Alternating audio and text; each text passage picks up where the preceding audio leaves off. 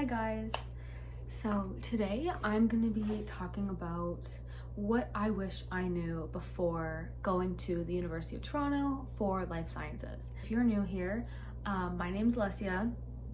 I just graduated from the University of Toronto in June, so a few months ago. I was admitted for life sciences at UofT, and my programs were human biology, immunology, and art history.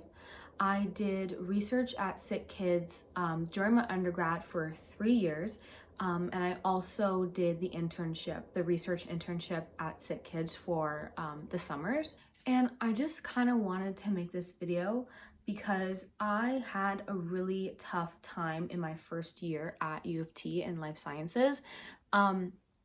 But my experience got progressively better and better and better every year.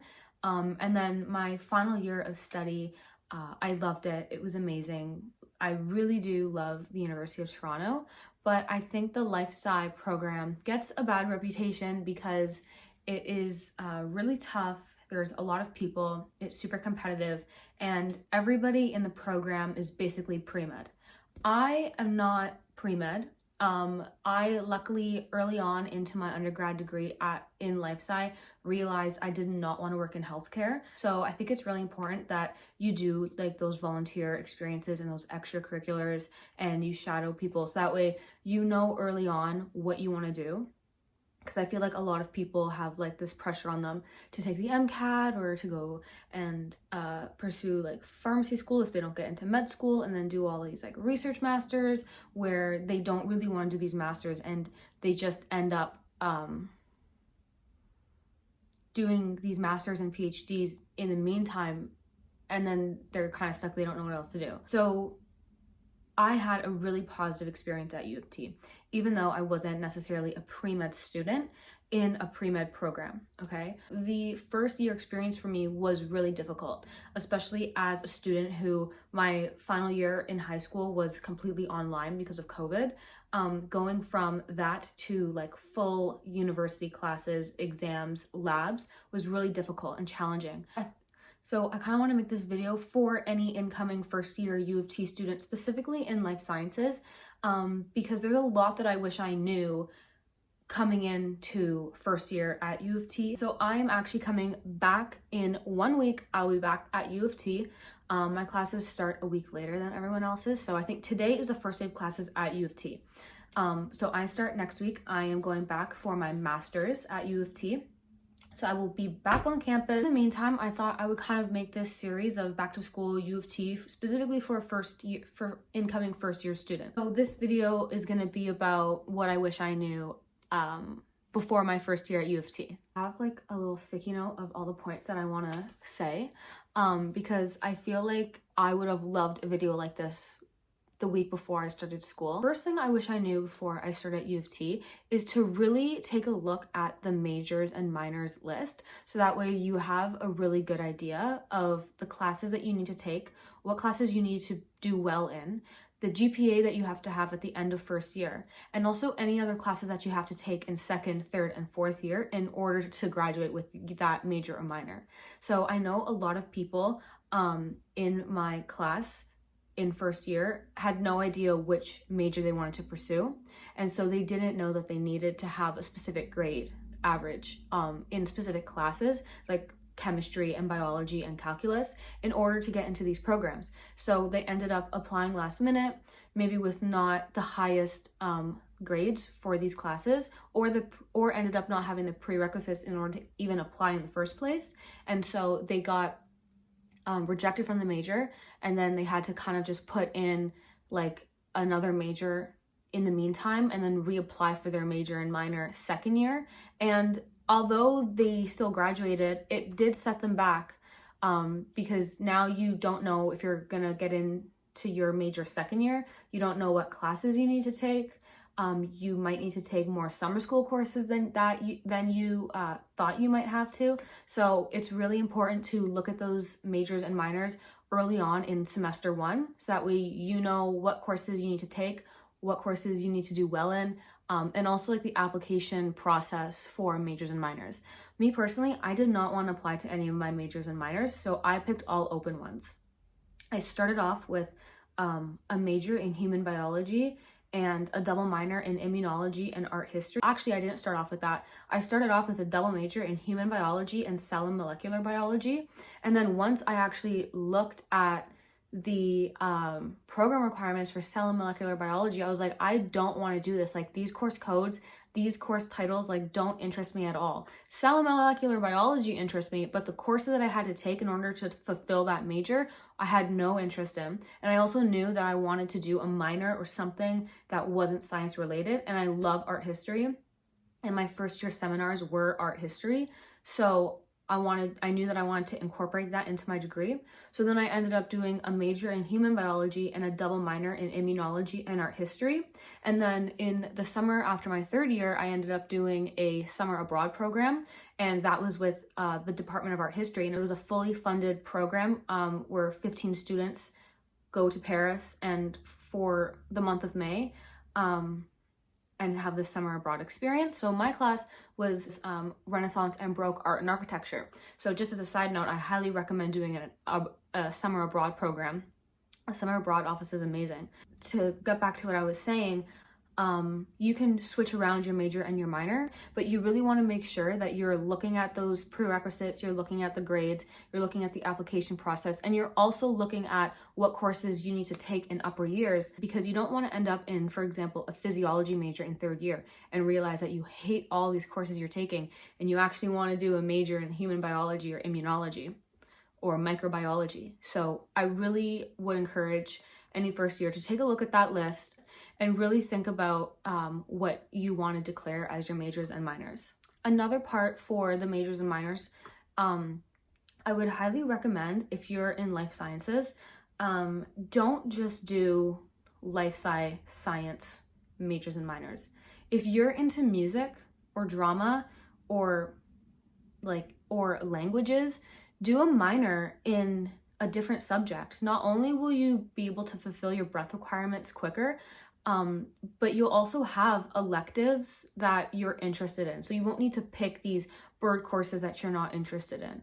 And you'll also have a more well-rounded degree, right? Instead of doing like a major in physiology and a double minor in immunology and chemistry, you could do a minor in art history or in music or in drama and theater. Like, I really urge you to see what your interests are and get a different and incorporate a minor into your degree that isn't necessarily science-based. That will honestly make your university experience way more holistic and way more enjoyable.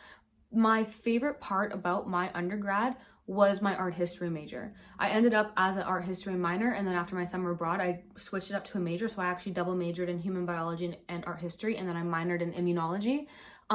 So doing that art history major and minor really shaped my university experience.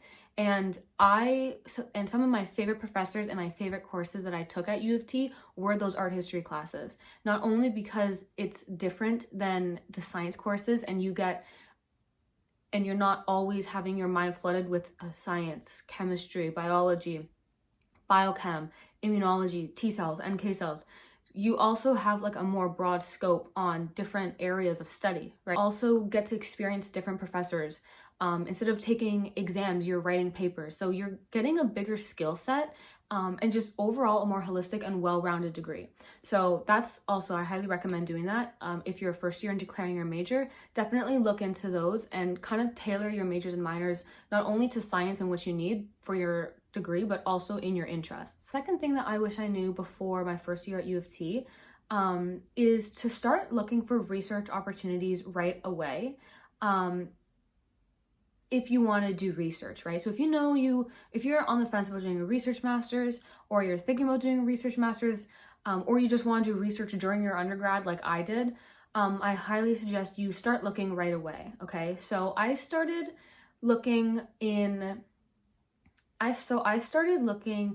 second semester of my first year.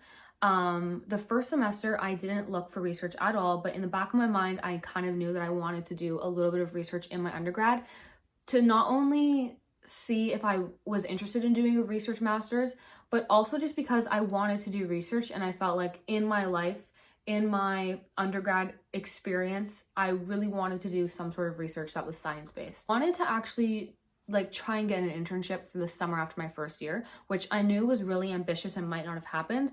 But because I didn't start looking at research opportunities until second semester, I missed all the deadlines for applications. In my second semester, I started kind of researching what you had to do, different labs on campus, like what research entailed.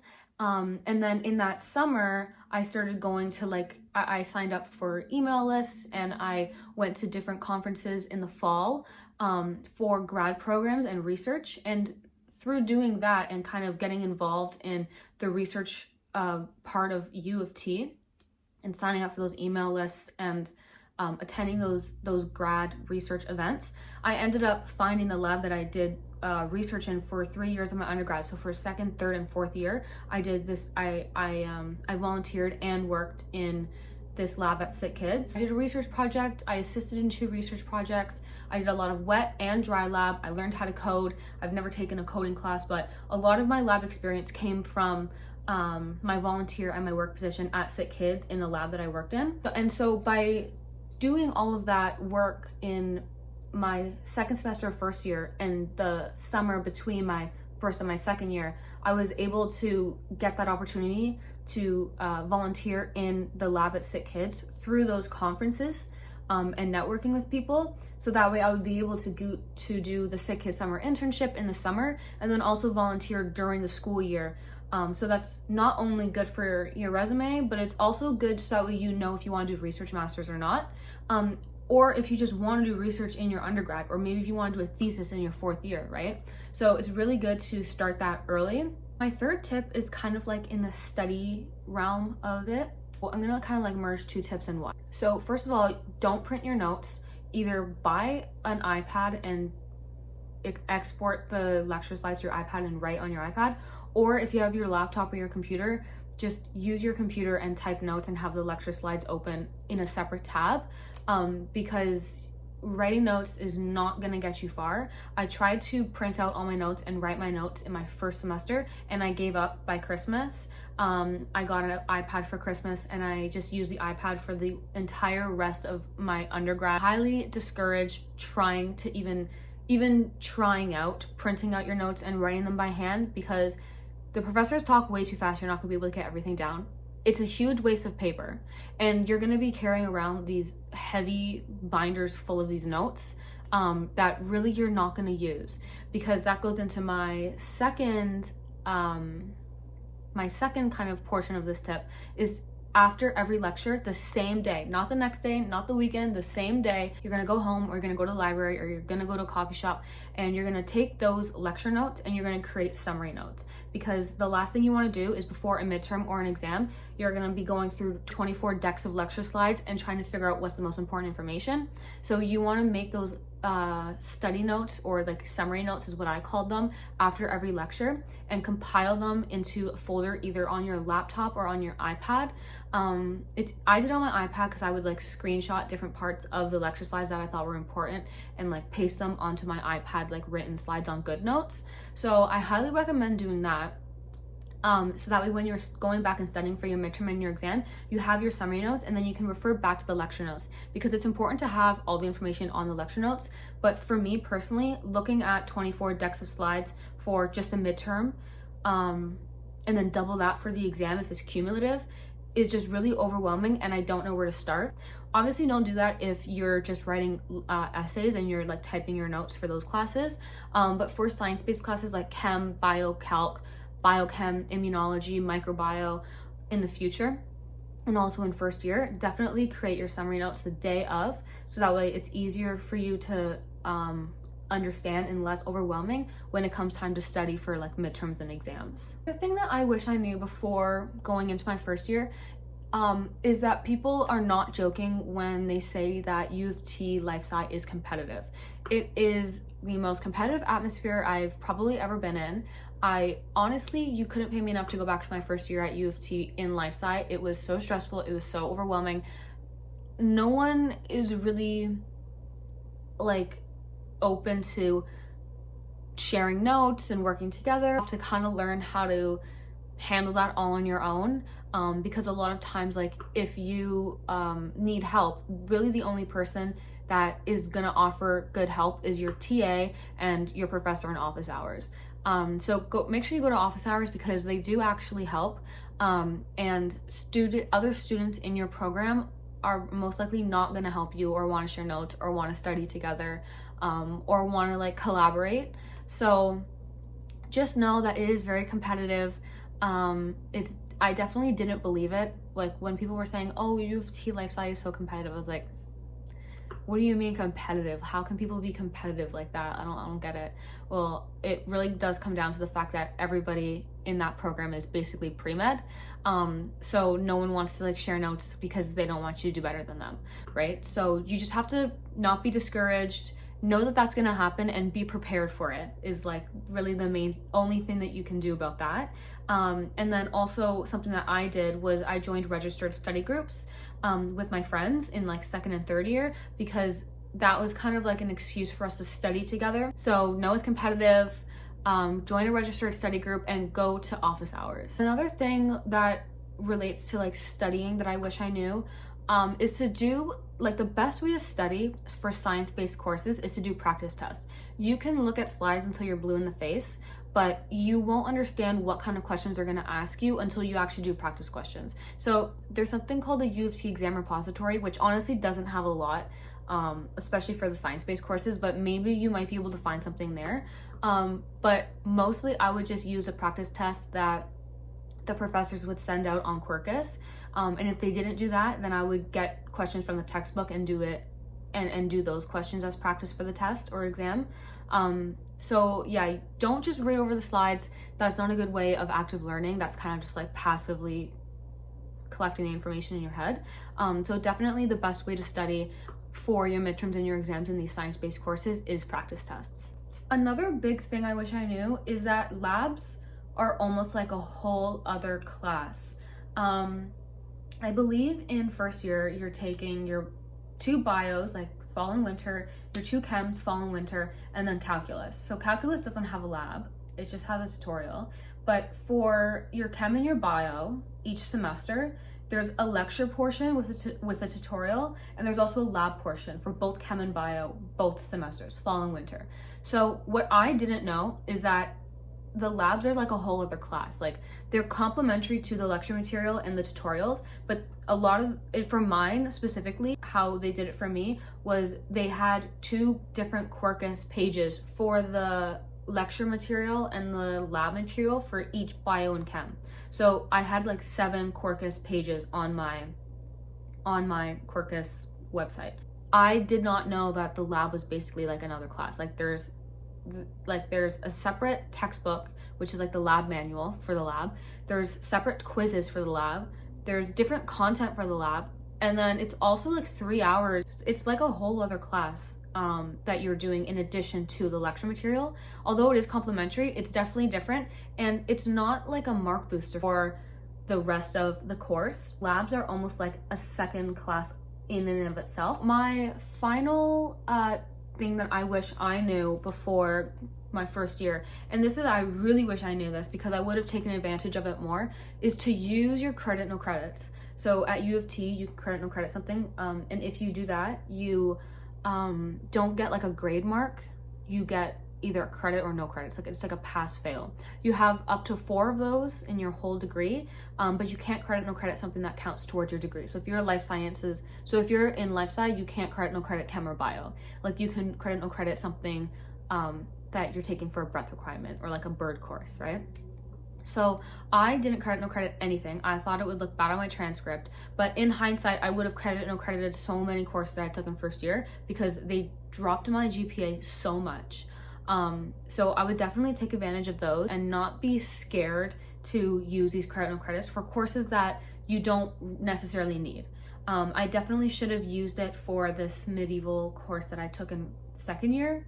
I did so bad in the course, but for some reason I didn't no credit it. I thought I was like gonna save them for when I need them in like 3rd and 4th year, but I ended up not needing them, and they're all just sitting there unused. So definitely use them if you have to, because you don't want to have like a course that is completely unrelated to your major. No one cares about this course. You did bad in it, and now that like 70 or 60 is on your transcript when it could have been a pass and fail. So that's all I'm gonna say about that. Definitely use your credit no credits wisely, and don't hoard them and save them like I did. So that is all I have for you today. I hope that you got something out of this video. I definitely would have loved to have something like this when I was going into 1st year, because I was definitely overwhelmed and like blindsided by the amount of work, the competitiveness, all of the information that's thrown at you. So if you have any questions, comment down below. You can follow my TikTok. I will be posting some more of these videos in this style as a U of T grad, because there's my degree. I hope you guys got something out of this video. Again, if you have any questions, feel free to comment. Good luck everyone on the first day of school, and I will see you on campus.